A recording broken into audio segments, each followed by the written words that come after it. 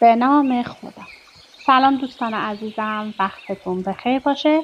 پادکست صدای سکوت امروز رو با کتابی زیبا شروع میکنیم. هنر بیان. در هر موقعیتی قدرتمند ظاهر شوید. حرف بزن تا برنده شوید. نویسنده برایان تریسی، سخنران و مدرس حرفه‌ای فروش. مترجم زهرا نسیمی. نوبت چاپ دهم این کتاب در سال 1398 بوده که در اختیار منه و انتشارات عصر جوان در قم این کتاب رو چاپ کرده. این کتاب شامل درباره نویسنده، مقدمه و 10 فصل هستش که من از فصل 1 شروع میکنم به خواندن. لطفاً با من همراه باشید تا این کتاب زیبا رو با همدیگه کشفش کنیم. فصل 1. هنر سخنوری و بلاغت. تمام سخنرانی‌هایش با هدف تاثیرگذاری عملی انجام می‌گرفت. هرگز تنها به این دلیل که سخنانش شنیده شود سخن نمی‌گفت. آبراهام لینکلن در مدح و ستایش هانری کلی. در طول تاریخ اوج تاثیرگذاری بشر توانایی متقاعد کردن دیگران بوده است. به این ترتیب هدف از سخنرانی‌های جمعی تلاش برای وقوع رویدادی است که بدون کلام سخنران رخ نخواهد داد. به عنوان مثال، هنگامی که دمستون نطقی ایراد می‌کرد، مردم می‌گفتند او چه سخنران قابلی است. اما هنگامی که آلکاویدیاس سخنرانی می‌کرد، می‌گفتند بیایید راهپیمایی کنیم. وظیفه شما به عنوان سخنران این است که مخاطبتان را تشویق و ترغیب کنید و در نتیجه درباره سخنان شما به گونه‌ای دیگر بیاندیشند، احساس کنند و عمل نمایند. این کار متفاوت می‌تواند وادار کردن مخاطبان به انجام عملی خاص یا ترغیب به راهپیمایی باشد. تبدیل شدن به سخنرانی ماهر و تبدیل شدن به رابطی تجاری مهارتی آموختنی است.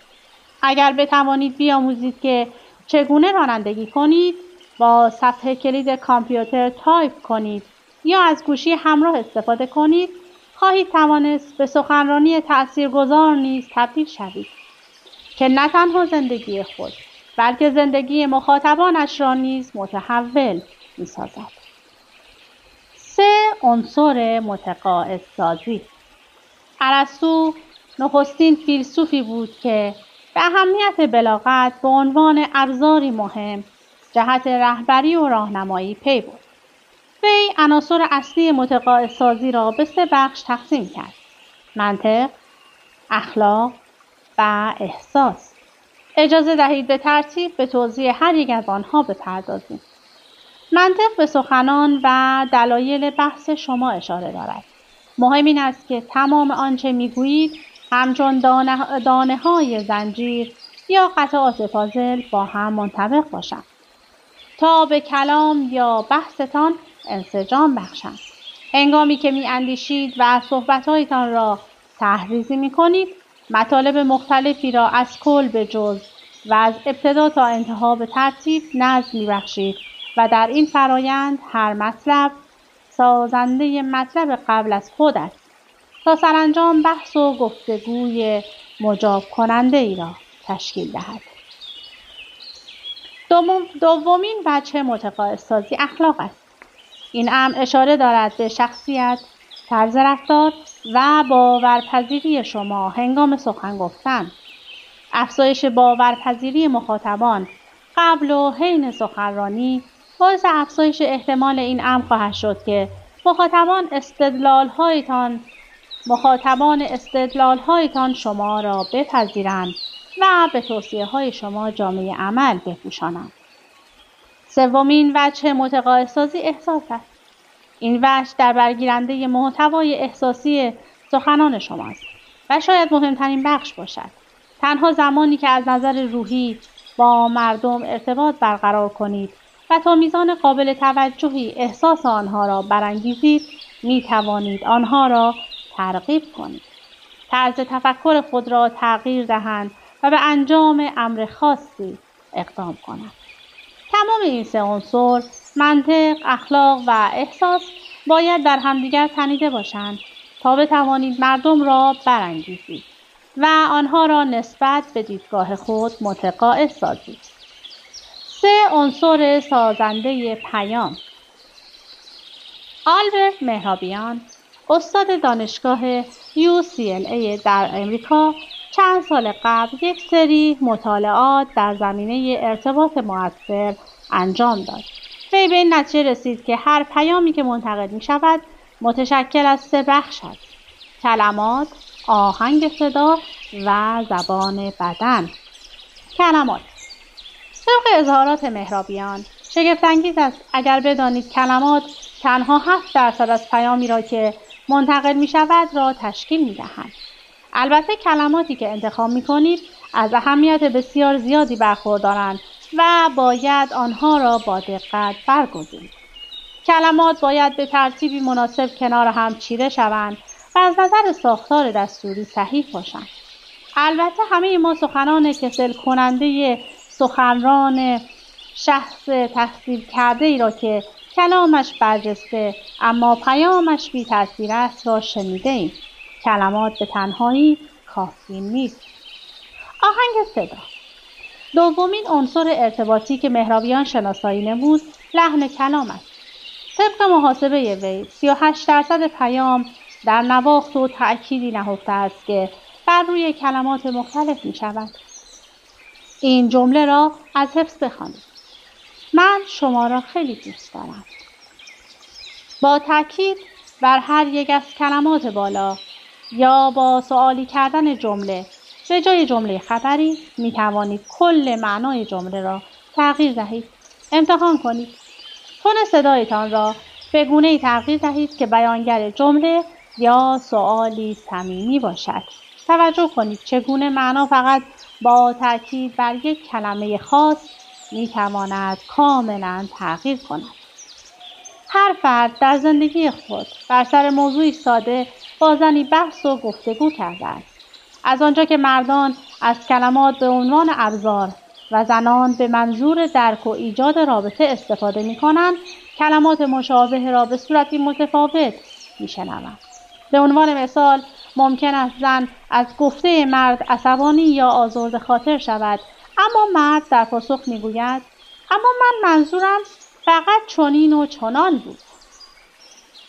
زن با عصبانیت در جواب می گوید: تو اینا نگفتی، منظورت همان بود. با ایجاد تغییر در تون صدا به صورت عمدی و آگاهانه و با آگاهی از اهمیت این موضوع می توانید کل پیام و در نتیجه تأثیری را که آن پیام بر مخاطبان می گذارد تغییر دهید. زبان بدن، ارتباط غیر کلامی. مهرابیان همچنین پی برد که در ارتباط غیر کلامی 55% پیام در استفاده سخنران از حرکات بدن خود نهفته است.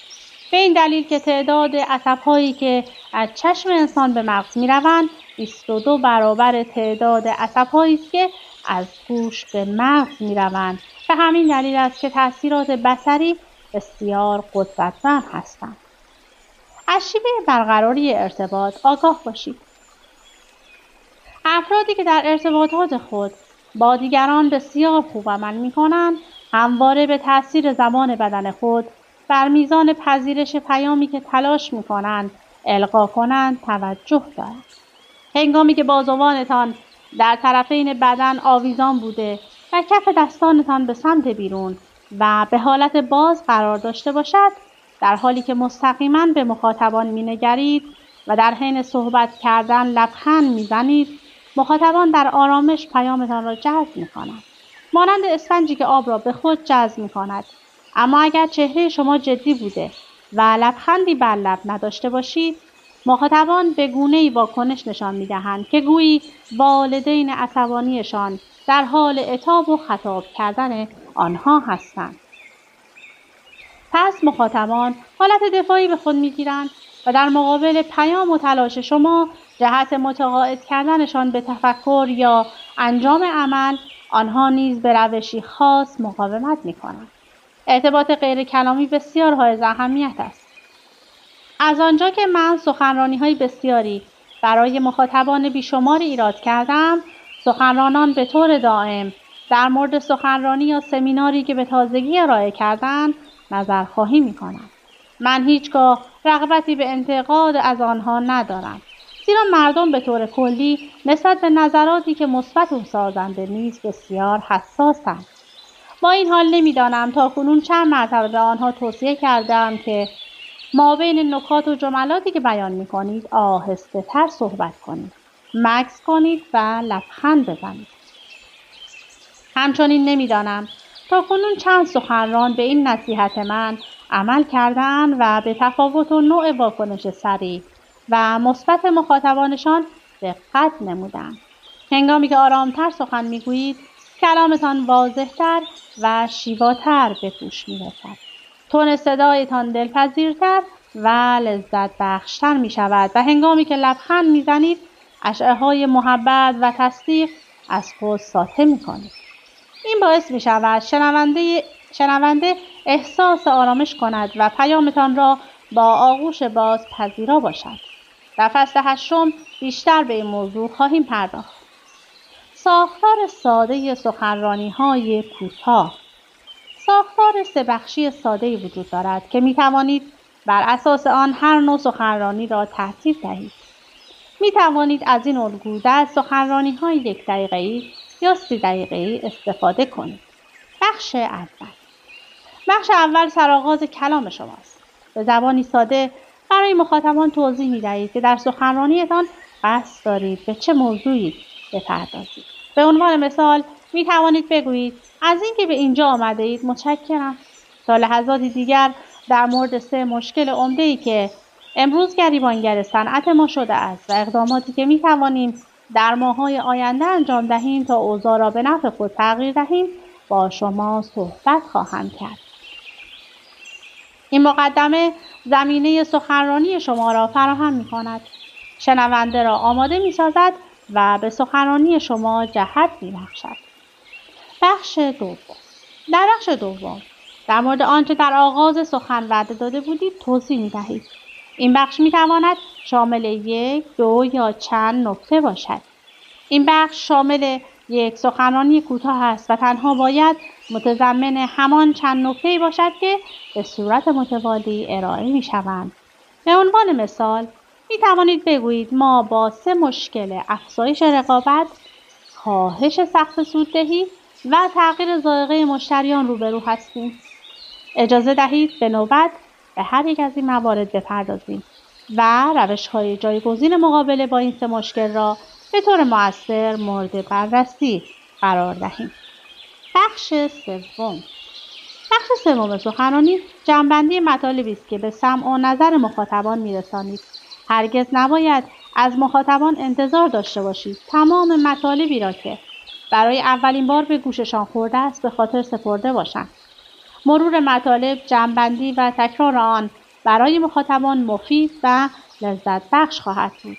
به عنوان مثال می توانید بگویید به طور خلاصه برای مقابله با افزایش رقابت باید کیفیت و سرعت ارائه خدماتمان را افزایش دهیم.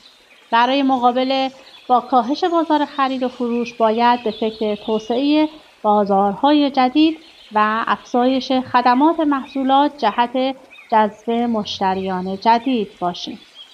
برای مقابله با مشکل تغییر ذائقه مشتریان باید محصولات و خدماتی را که امروزه مشتریان خواهان آن هستند گسترش داده و به بازار عرضه کنیم، نه آنچه را که در گذشته طالب آن بودند.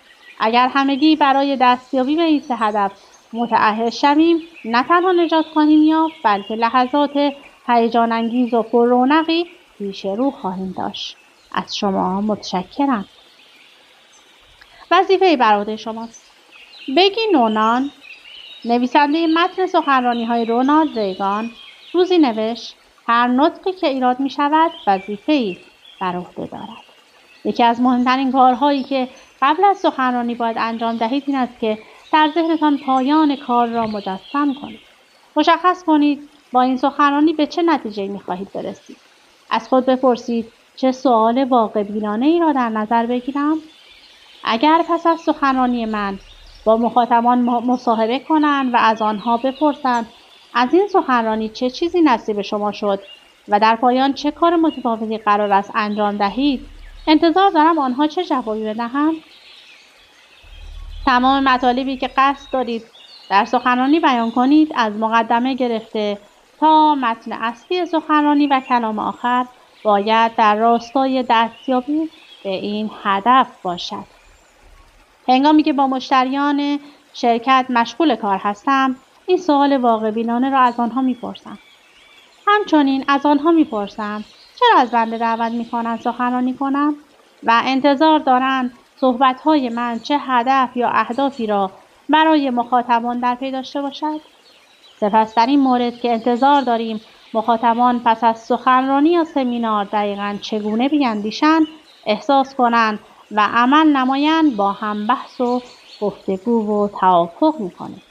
هنگامی که موضوع برای هر دو طرف کاملا شفاف شد، برای سخنرانی یا سمینار از ابتدا تا انتها برنامه ریزی میکنم تا مطمئن شوم به نتیجه مورد نظر دست خواهم یافت. شما هم میتوانید همین کار را انجام دهید. ساختار پیچیده در سخنرانی‌های طولانی. در تحریزی سخنرانی‌های طولانی‌تر ساختار پیچیده‌ای وجود دارد که می‌توانید از آن استفاده کنید. این ساختار شامل 8 بخش است که در صفحات بعد به طور جداگانه و هر یک از آنها خواهیم پرداخت و در مورد هر یک توضیح خواهم داد. 1. سرآغاز. هدف از سرآغاز سخن جلب توجه مخاطبان، شکل‌دهی به توقعات آنها و تمرکز مخاطبان بر سخنرانی است. اگر هیچ کس به سخنرانی گوش نسپارد و توجهی نکند، هیچ نکته‌ای برای گفتن وجود نخواهد داشت. 2. مقدمه. در این بخش به مخاطبان خواهید گفت که قصد دارید به چه موضوعی بپردازید و چرا این موضوع های اهمیت است. 3. نکته اول. در این بخش به اصل سخنرانی می‌پردازید. بیان نکته اول آغاز این مرحله است و شروعی است برای بیان آنچه در ابتدا وعده داده بود. 4. پرداختن به نکته بعد. در این بخش شما باید مشخص کنید که نکته اول را به پایان رسانده‌اید و اکنون قصد دارید به نکته بعد بپردازید. این به خودی خود یک هنر است. 5. دومین نکته مهم. این بخش باید به طور منطقی ادامه مطلب نخست باشد. 6. مجدداً پرداختن به نکته بعد. در این بخش شما مشخص می‌کنید که قصد دارید به موضوع بعدی بپردازید. 7. سومین نکته مهم. طبعاً این بخش نیز ادامه دو نکته نخست خواهد بود و آغازی برای پرداختن به پایان سخن. و 8. مخلص کلام. این بخش نتیجه گیری از سخنان و فراخوانی جهت عمل به گفته هاست. در فصل 2 خواهید آموخت که چگونه سخنان خود را سازماندهی کنید و پیش ببرید تا به هر یک از این اهداف به طور صحیح و به ترتیب دست یابید. در آموختن نحوه سخنرانی مؤثر هیچ جایگزینی برای تمرین وجود ندارد. به ویژه تمرین با صدای بلند. من در طی سالهای متمادی صدها سخنرانی را مشاهده نمودم، هم توسط افراد مبتدی و هم حرفه‌ای. همیشه میتوان حدس است که کدام یک از سخنرانان کاملا از قبل تمرین کرده‌اند. سخنرانی با تمام قدرت و با تمام وجود. روزی از آلبرت هوبارد، نویسنده محبوب، میپرسند چگونه میتوان نویسنده شد؟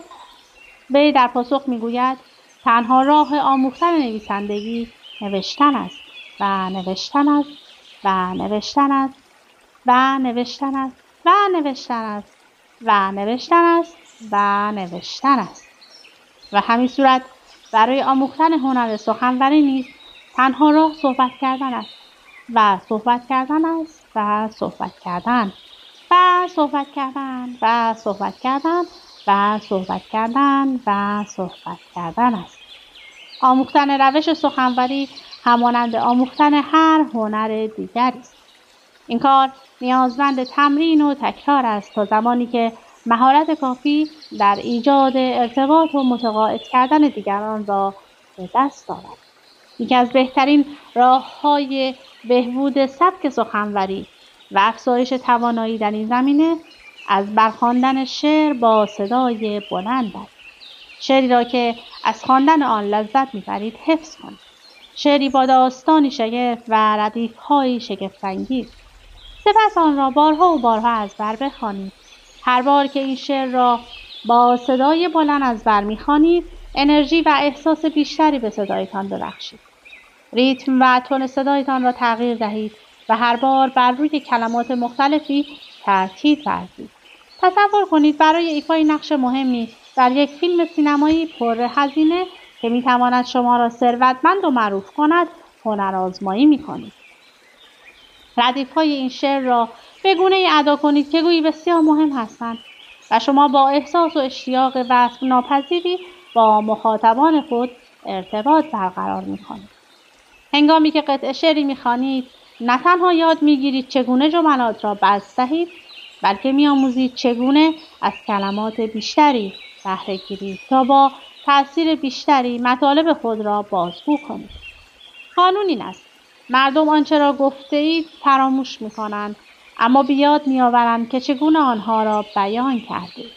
هنگامی که تون صدایتان را از کلمه‌ای به کلمه دیگر و از جمله‌ای به جمله دیگر تغییر می‌دهید، نوعی توانایی موسیقیایی در کلامتان ایجاد می‌کنید، به نحوی که مخاطبان پیام شما را به سهولت دریافت می‌کنند.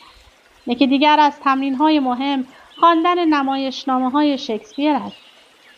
به ویژه مونولوگ‌های معروف آثاری از جمله هملت، مکبث، جولیوس سزار، رومئو و ژولیت. هنگامی که این مونولوگ‌ها و تک‌گویی‌های شگفت‌انگیز را می‌خوانید، تسلط بر زبان، مهارت بلاغت و قدرت مجاب کنندگی خود را افزایش می‌دهید. آموختن از دیگران. یکی از بهترین راه‌های تبدیل شدن به سخنران خوب این است که تا آنجا که ممکن است به سخنرانی افراد بیشتری گوش فرا دهید. نکته برداری کنید. به نحوه راه رفتن، صحبت کردن، حرکات و ایما و اشاره‌هایشان با دقت بنگرید. ببینید سخنران با تجربه چگونه سخنان خود را آغاز می‌کند، با چه شیوهی به اصل مطلب می‌پردازد، از مثال‌ها، نمونه‌ها و داستان‌های طنزآمیز استفاده می‌کند، چطور به سخن خود خاتمه می‌دهد و به زمان حضور در کنار مخاطبان پایان می‌بخشد. فهرستی از نکاتی که مایلید آنها را مشاهده کنید تهیه نمایید، از آغاز تا پایان. سپس برای هر یک از این نکات به سخنران نمره 1 تا 10 بدهید. در این مورد که وی چگونه می‌توانست در هر یک از این موارد بهتر عمل نماید و شما چگونه می‌توانید بهتر آنها را انجام دهید بیاندیشید. به برخی از بهترین سخنرانی‌هایی که تاکنون انجام گرفته است گوش فرا دهید. بسیاری از این سخنرانی‌ها به صورت CD در دسترس هستند. آنها را با دقت و بارها گوش دهید و توجه کنید که سخنران چگونه از نشانه‌ها، ویژگی‌ها و اخلاق به منظور مجاب کردن مخاطبان به تفکر، احساس و تغییر رفتار بهره می‌گیرد. خلاصه، مطلب شگفت‌انگیزی که در مورد ایجاد ارتباط می‌توان گفت این است که با سعی و تلاش در این زمینه، مهارت و طرز برخورد شما از اینکه هست بدتر نمی‌شود. به منظور کسب مهارت در هنر سخنوری و بلاغت باید آماده باشید و بارها برای ماه‌ها و حتی سال‌ها بیاموزید و تمرین کنید. هیچ راه میانبری وجود ندارد. همچنین باید به خاطر داشته باشید آماده بودن موجب تمایز بین سخنران معمولی و سخنران عالی می شود. بنابراین زمانی را برای رشد منطق، تحریری کلمات و تلاش جهت دستیابی به اهداف مخاطبان اختصاص دهید و تمرین کنید. هر خط شعر جدیدی که حفظ می کنید و از بر می خوانید، هر مونولوگی که با صدای بلند اجرا می کنید، به هر سخنرانی که گوش فرا می دهید و آن را نقد و بررسی می کنید، این عوامل توانایی شما را در تبدیل شدن به یک سخنران عالی افزایش می دهد و هیچ محدودیتی هم وجود ندارد. فصل 2. برنامه‌ریزی و آمادگی آسان شده است. ارزش واقعی انسان را باید با اهدافی که وی دنبال می‌کند محک زد. مارکوس اورلیوس. دقیقاً 90% موفقیت شما به عنوان سخنران به این بستگی دارد که سخنرانی خود را تا چه اندازه خوب برنامه‌ریزی کردید. به گفته ارنست همینگوی، برای هر کلمه‌ای که می‌نویسید باید 10 کلمه بدانید. در غیر این صورت خواننده شما خواهد فهمید نوشته شما واقعی نیست. اما در سخنرانی برای هر کلمه‌ای که بر زبان می‌آورید باید 100 کلمه بخوانید و تحقیق کنید. در غیر این صورت شنونده پی خواهد برد که شما فراتر از معلوماتی که در سر دارید سخن می‌گویید. مخاطب شما بلافاصله حس خواهد کرد که معلوماتتان در این زمینه چندان عمیق نیست. مگر اینکه نه تنها در آن زمینه آمادگی کامل داشته باشید، بلکه حتی معلومات شما از آن سطح هم فراتر باشد. آمادگی کافی نداشتن در حضور مخاطبانی باهوش و با بصیرت خود به خود از اعتبار و ارزش شما می‌کاهد. چنانچه در مورد موضوعی که قصد دارید به آن بپردازید آمادگی و اطلاعات کافی نداشته باشید یا حتی از این هم بدتر اصلا آمادگی نداشته باشید، اگر به مخاطبان بگویید در مورد این موضوع تخصص ندارم، آنها بلافاصله نسبت به پیام شما و حتی خود شما هر چقدر هم که سخن شما خوب و درست باشد در صد می‌شوند.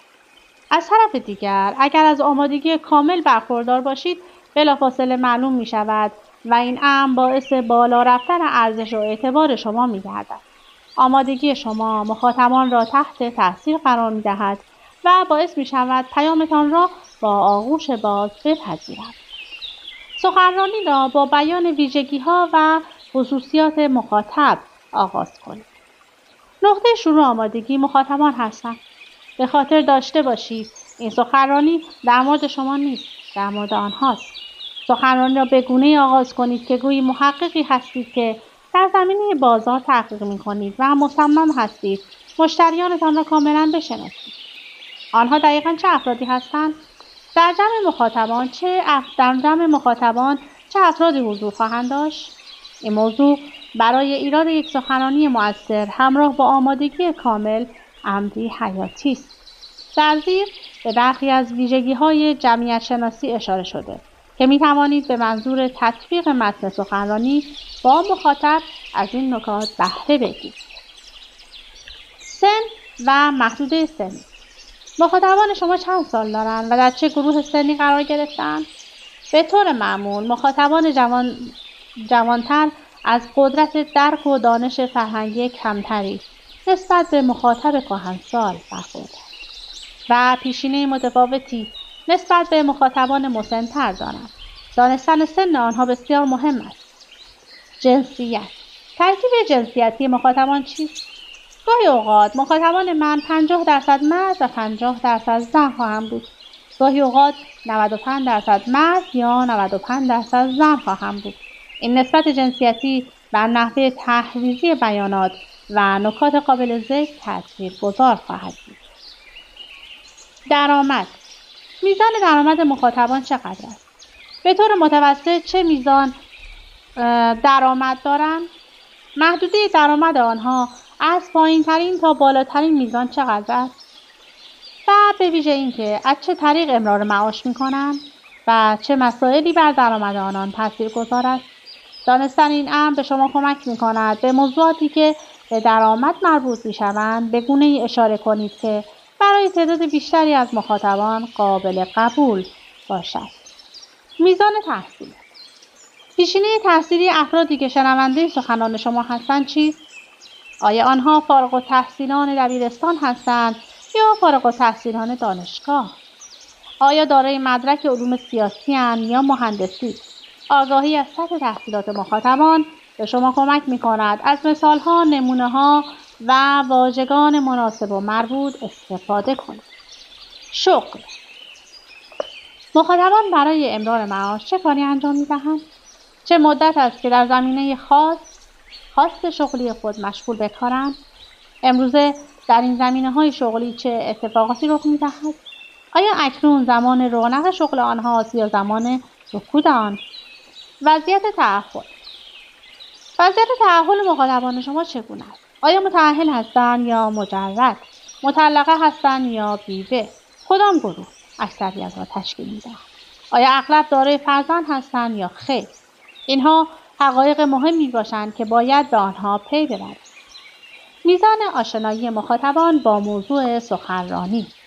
میزان آشنایی مخاطبان با موضوع سخنرانی تا چه اندازه است؟ آگاهی قبلی آنها در مورد آنچه خواهید گفت به چه میزان است؟ آیا مخاطبان شما افراد مبتدی‌اند یا فاضل؟ این امر تعیین کننده میزان پیچیدگی یا سهولت مطالبی خواهد بود که قصد دارید بیان کنید. با پرسیدن این سوالات تحلیل کنید مخاطبان چگونه می‌اندیشند، چه اهداف و آرزوهایی دارند، در ارتباط با موضوع مورد بحث شما چه امیدها یا نگرانی‌هایی دارند، چه نیازهایی دارند که می‌توانید با نظرات خود آنها را برآورده سازید، ارزش‌ها و عقاید آنان چیست، جهت‌گیری‌های سیاسیشان چگونه است، از چه نوع احساسات یا تعهدات مذهبی برخوردارند، چه ناراحتی، نگرانی یا مشکلاتی دارند. درک جو و فضای احساسی که مردم به سخنانتان میبخشند میتواند در ایجاد ارتباط با آنها بسیار مؤثر باشد.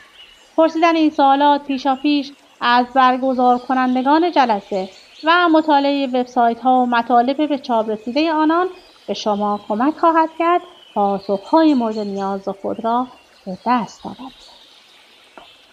خب دیگه زمان به من اجازه نمیده بیشتر از این کتاب زیبا رو برای شما بخونم. حتما این کتاب رو تهیه کنید و تا انتها بخونید تا هنر بیانتون بسیار بالاتر بشه.